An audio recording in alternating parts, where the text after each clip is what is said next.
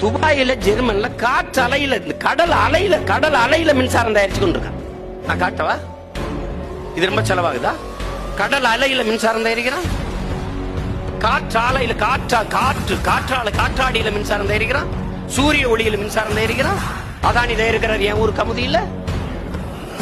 மேகமூட்டமே இல்லாத 365 நாள்ல 300 நாட்களுக்கு மேலாக மேகமூட்டமே மறைவே இல்லாது சூரிய ஒளியை பெற முடியும். போடு, ராஜஸ்தான் பாலைவனம் முழுக்க சோலாரை போடு, தயாரி. உன்னை யார் வேணாம்னா அந்த சூரிய ஒளி அந்த தகடை கழுவுறதுக்கு தண்ணி வேணும், அவ்வளவுதானே. குழாய் மூலம் கொண்டு போ. கடல் நீரை சுத்திகரிச்சு எனக்கு குடிநீரா தர்றங்கிற விஞ்ஞானிகளை கூப்பிடு. அந்த கடல் நீரை சுத்திகரிச்சு ஓட்ட தகடு கழுவுறதுக்கு அந்த தகடை கழுவுறதுக்கு தண்ணியை கொடுக்க சொல்லு. அவ்வளவு தூரம் நாங்க அவ்வளவு பியூரா ஒண்ணு சுத்திகரிக்க வேண்டியது இல்ல. சும்மா அரைவரையா சுத்திகரிச்சா கூட ஓட கழுவுறதான். தண்ணீர்ல தான் கழுவணுமா?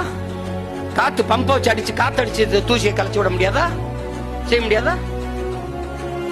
எந்த மாற்றே இல்லை என்பது போல, அணு உலையை தவிர வேற வாய்ப்பே இல்லை என்பதை போல நம் தலையில் கட்டுவது எப்படி இருக்கிறது?